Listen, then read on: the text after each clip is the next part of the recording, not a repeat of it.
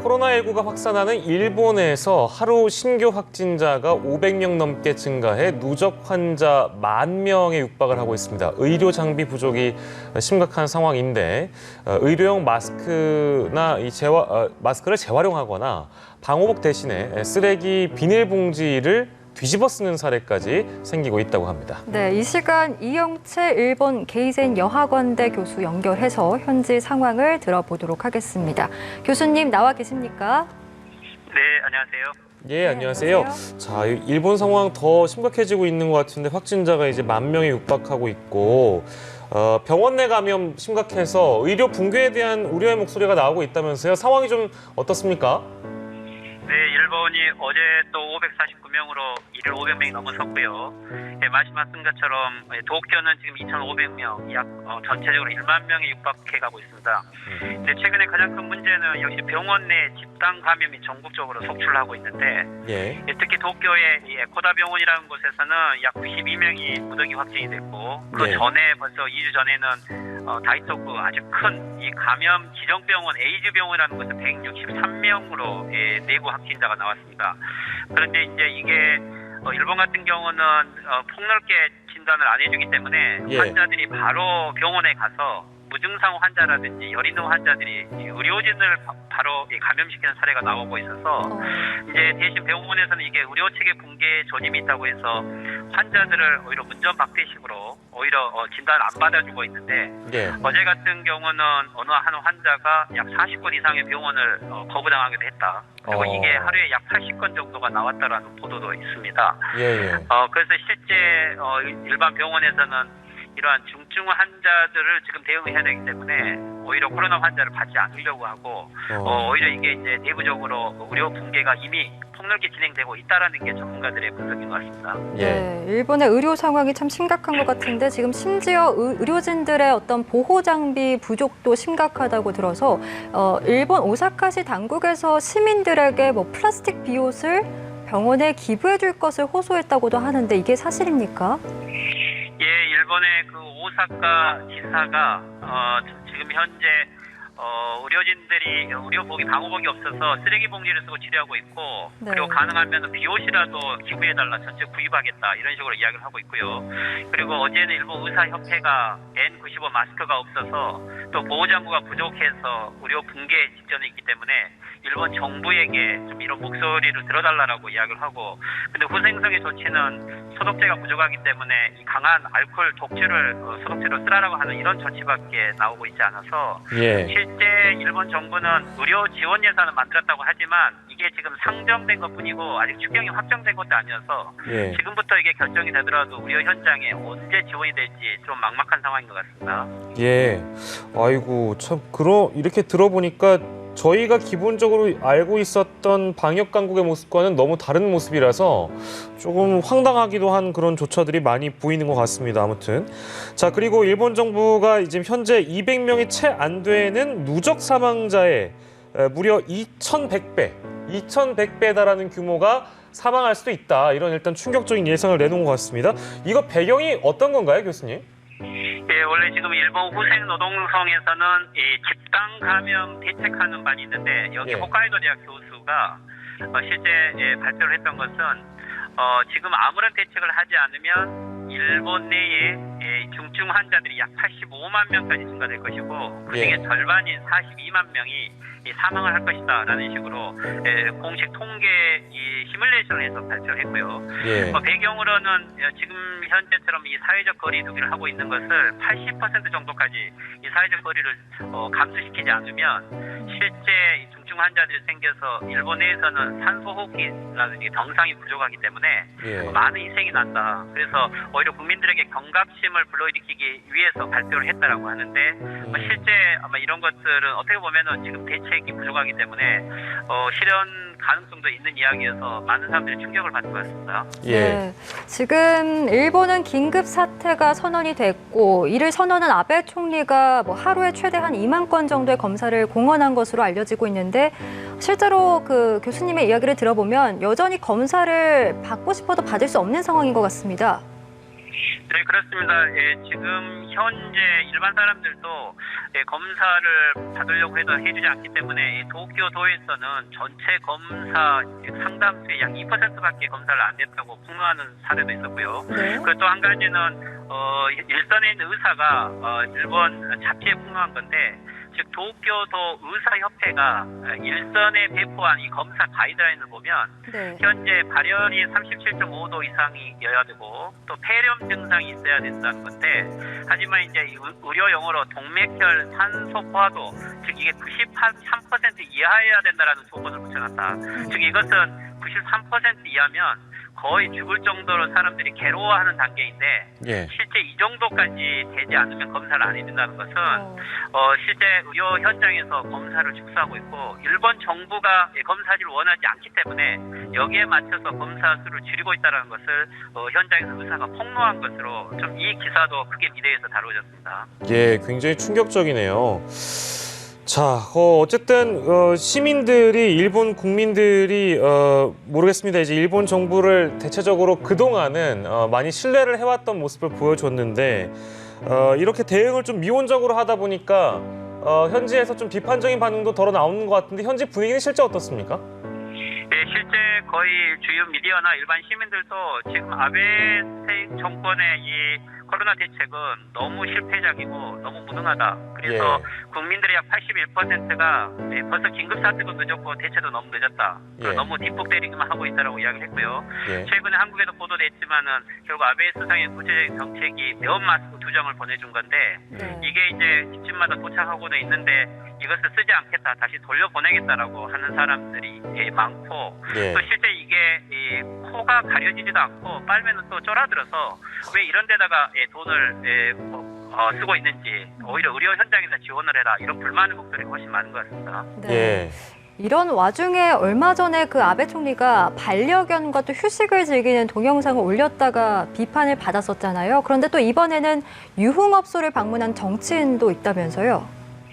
네, 그렇습니다. 긴급사태가 지난주에 선포됐고 첫 주말에 물론 사회적 거리를 두라고 아베 수상이 집에서 반려견하고 여가를 즐기는 영상을 찍은 것은 괜찮은데, 근데 이게 마치 뭐랄까요, 모든 국민들에게 전달하는 메시지도 없이 너무나 둔감하게 자기만 여유를 부리는 모습으로 보였고, 실제 의료 현장에서는 거의 매일매일 의료진들이 격투를 하고 있고, 또 중소기업이라든지 개개인들은 워낙 생활적 피해가 많아서 긴장을 하고 있는데 너무 둔감했다라는 비판이 있었죠. 근데 이제 또 여기에 어제는 일본 야당 국회의원이 실제 긴급사태 선언한 그날 저녁에 바로 선언을 듣고 성유흥업소를 갔던 것들이 폭로가 되었고, 실제 사회 지도자층들의 이런 분별 없는 행동에 대해서 비판이 쏟아지고 있고, 이것은 수상을 포함해서 일본 정치권들의 둔감한 모습들이 오히려 국민들하고 너무 인식에 갭이 있지 않느냐라는 지적인 것 같습니다. 예, 거기에 덧붙여서 총리 부인 같은 경우에도 예전에 왜 그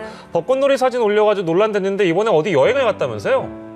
제 총리 부인도 실제 총리가 사회적으로 거리를 두고라고 하면서도 이 레스토랑에 가서 벚꽃 사진 찍는 모습이 폭로가 됐었는데, 3월 중순에 실제 모든 일정이 취소됐기 때문에 이 단체로 여행을 지방으로 갔다 온 게 문제가 됐는데, 그곳에서 마스크도 하고 있지 않고 전혀 이 사회적 거리를 의식하지 않는 모습이 있어서 누군가 봤더니 총리 부인이었다. 이게 이제 폭로가 돼서 또 다시 어떻게 보면은 도쿄 봉쇄가 아니고 자기 부인 봉쇄를 먼저 해라라는 이런 비난이 쏟아지고 있습니다. 예. 근데요, 교수님, 그렇다면 지금 이런 상황에서 그 아베 내각의 지지율은 어떻습니까? 네, 그리고 아베 수상의 이러한 비판 때문에 최근에 NHK를 포함한 모든 여론조사에서 아베 수상의 지지율이 거의 폭락을 했고요. 40% 전후, 즉 38%까지 떨어진 내용들이 있어서 이것은 약 2년 전에 아베 수상의 인기가 가장 낮았을 때로 거의 같은 수치여서 국민들이 전체적으로 지금 아베 정권에 대한 일체 거의 지지를 안 하고 있는 이런 모습인 것 같습니다. 네. 교수님, 어제 우리나라에선 총선이 있었습니다. 코로나19 속에서 치러졌는데 해외 각국에서는 모범적인 사례다, 이런 평가들이 좀 나오고 있는 것 같습니다. 혹시 일본에서는 좀 반응이 어떻습니까? 네, 일본에서도 워낙 일본의 코로나 대책이 없기 때문에 한국의 코로나 대책은 거의 주요 미디어들이 여러 가지 좋은 사례로 많이 보도를 하고 있고요. 근데 이제 어제 총선거에 대해서는 일본에서도 한일 관계를 많이 의식을 했기 때문에 네. 집권 여당의 압승이다라는 것을 보도를 하면서도 하지만 이제 일본 입장에서는 이게 한국이 지금 문재인 정권의 집권 여당이 대일 강경 정책을 오히려 쓰고 있기 때문에 한일 관계가 더 악화될 것이다라고 좀 경계하는 보도도 많이 있었고요. 또 모태기 일본 외무상은 이 한국이 징용 문제를 해결해야 한다. 그리고 현금화 조치를 하게 되면 이에 대한 응대 조치를 하겠다라고 하면서 오히려 이 한일 관계에 대해서 조금 경계하는 이러한 기자회견을 한 걸 보면 실제 이 코로나 대책에 대한 평가보다도 이 한일 관계에 대한 전후보상 문제를 더 의식하고 있는 모습을 보여주는 것 같습니다. 예, 참 이제 마지막 질문 하나 드려야 될 것 같은데요. 교수님께서 이제 현재까지의 상황을 잘 짚어주셨는데 전망을 좀 부탁드리면 아베 내각, 일부 전문가들은 이제 아베 내각 같은 경우에 이 코로나19 사태를 어떤 자신들의 정치적 기반을 다지는데 다시금 이용할 것이다라는 어떤 전망을 한 전문가들도 더러 있어서 앞으로 일본 그 정치권은 어떻게 좀 돌아갈 거라고 전망을 하시는지요? 예, 그렇죠. 일단은 일본은 지금 1년간 올림픽을 연기했기 때문에 어떤 형태든지 코로나 문제를 해결해야 됨에도 불구하고 실제 아베 수상의 지금의 모습은 그렇게 적극적으로 대책을 세우고 있다든지 해결하고 있는 모습은 없고요.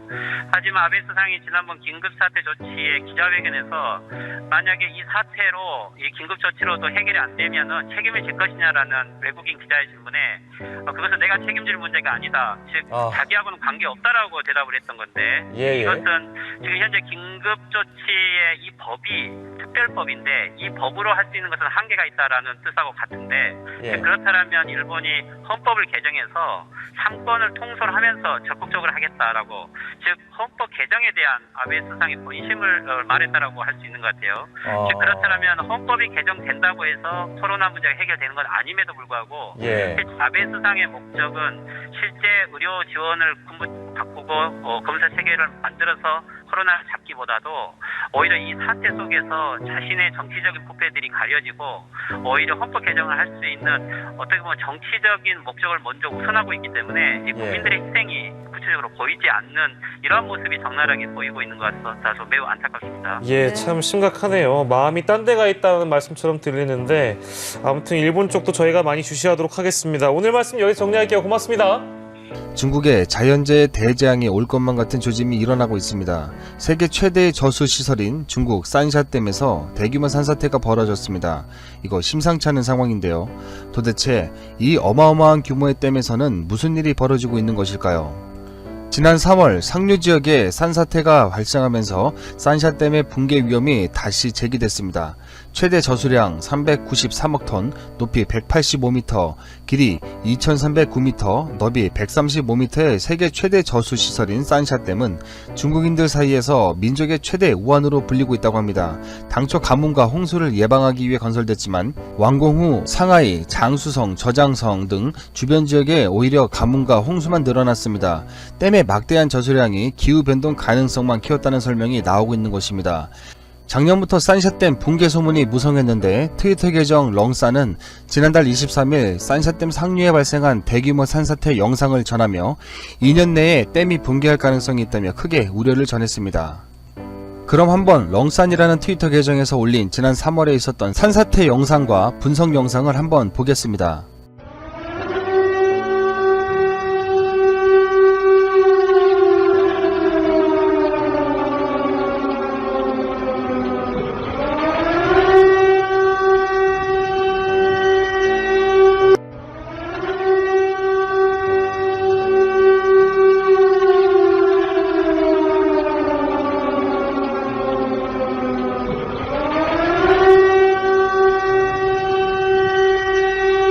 は陸地の方ですよね。そこに基準点を取ってみました。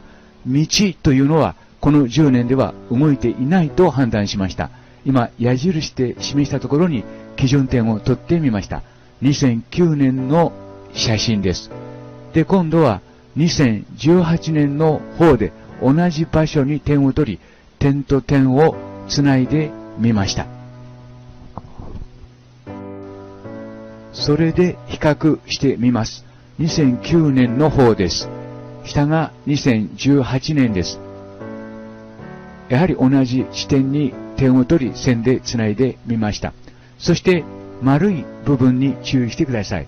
上の方は、そのダムの下の方をかすっているのがわかりますが、2018年の方ではダムの中心あたりをそのラインが通っているのがわかります。上が上流で下が下流ですから、ダム全体が下に下がってきたということになります。右に拡大してみました。ダムの幅が41メートルですから、この赤い丸の部分で下流へ約40メートル押し出されて移動しているということがわかります。これはもう崩壊しているとしか言いようがありません。つまり大変危険な状態にあるということになるのではないでしょうか。작년 산샤댐은 위성사진 한 장이 등장함에 따라 세계적인 관심을 끌게 되었는데요. 이후 산샤댐은 구글어스 최고 인기 스팟이 됐습니다. 지금도 전 세계로부터 엄청난 관심을 끌고 있습니다. 작년 당시 뉴스도 트위터에 올라온 사진이 발단이 되었는데, 왼쪽 멀쩡한 산샤댐과 달리 오른쪽 사진은 댐 모습이 좀 다릅니다. 수면과 만나는 댐 표면이 울퉁불퉁하고 약간 휘다못해 뒤틀린 모습입니다. 댐 왼쪽 아래 도로도 움푹 들어가 있습니다. 트위터 게시자는 사진을 구글어스에서 캡처해 올렸습니다. 실제 구글어스에 들어가 산샤댐을 검색해보니 트위터에 게시된 것처럼 비틀어진 모양 그대로 떴습니다. 위성 촬영일은 2018년 2월 23일로 기록되어 있습니다. 촬영 뒤 2년이 넘은 지금도 보시는 것처럼 구글어스에서는 뒤틀어진 모습을 바꾸지 않고 있습니다. 이러다가 정말 큰일 나는 건 아닐까 하는 논란이 번질 수밖에 없었던 것입니다. 좀 더 크게 볼까요? 전체적으로 뒤틀어져 있지만 지금 동그라미 쳐놓은 부분이 특히 많이 구부러져 있는 것을 알 수 있을 것입니다. 산샤댐을 설명할 때는 항상 세계 최대 규모 댐, 현대판 만리장성 같은 수식어가 따라붙는데요. 아시아에서 가장 긴 강, 장강 중상류 후베이성 이창에 2006년 완공됐고 수계 인구가 4억 명에 이릅니다. 이 산샤댐이 위험하다니 난리가 날 법도 한데요. 작년 이슈가 됐던 당시 언론 통제가 심한 중국보다 타이완과 홍콩에서 먼저 보도가 쏟아졌습니다. 타이완의 한 방송은 전문가가 스튜디오에 출연해 산샤댐의 붕괴 가능성까지 진단했습니다. 구글 위성 사진을 보면 울퉁불퉁하고 구부러진 모습이라며 이미 통제불능 상태가 아닌지 의심했는데, 비교적 큰 지진 등의 외부 충격이 있다면 걷잡을 수 없다는 진단도 내놓은 바 있습니다. 베이징 소식통의 전원에 따르면 붕괴 소문은 전혀 근거가 없지는 않다고 해야 합니다. 심지어 베이징의 유력지 신징바오를 비롯한 언론도 이에 대해서는 완전히 부인하지 않고 있습니다. 중국 정부와 관영 언론들은 댐의 탄성 탓에 모양에 약간 변형이 오는 것은 일반적인 현상이라며, 동시에 지난 13년 동안 댐 운영과 관련한 각종 데이터들이 줄곧 정상적인 상태에 있었고 안전사고 역시 단 한 건도 발생하지 않았고 지금도 전혀 문제가 없다는 것입니다. 그럼에도 안전에 만전을 기하고 있다는 댐 관계자의 말을 인용, 우려할 필요가 없다는 입장을 덧붙였지만 댐 주변 지역에 있는 주민들의 생각은 다소 다르다는 것이 소식통의 전언입니다. 만일의 사태에 대비하고 있다고 합니다. 그러던 와중에 산샤댐 주변에서 지난달 대규모 산사태가 발생한 것입니다. 구글어스에서 산샤댐을 찾아보면 후베이성 이창시에 있는 것을 확인할 수 있는데요. 여전히 일부 학자들은 약 2km 길이의 산샤댐은 댐의 저장 수량에 무게가 댐의 콘크리트 블록의 중력을 넘어설 경우 블록이 뒤틀리면서 붕괴로 이어질 수 있다고 주장하고 있습니다.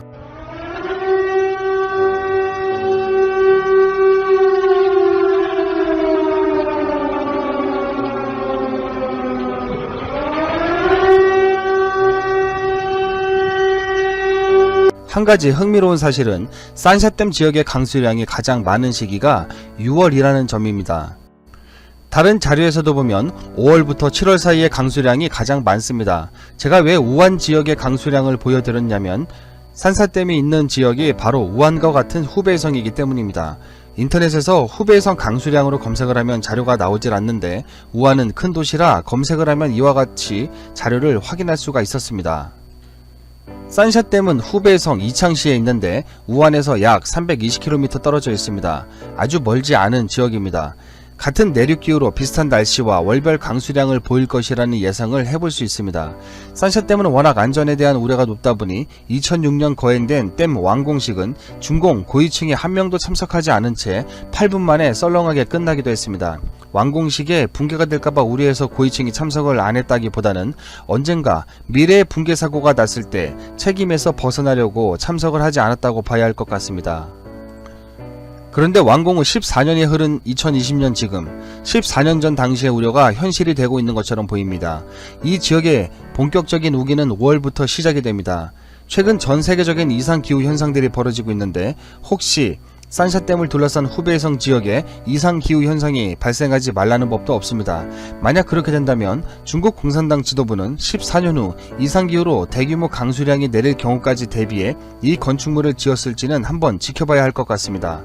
만약 댐이 붕괴한다면 양자간 유역에 사는 중국인들이 가장 큰 피해를 입겠지만 우리나라도 우려되는 것은 중국 동부 해안가에 원자력 발전소가 많기 때문입니다.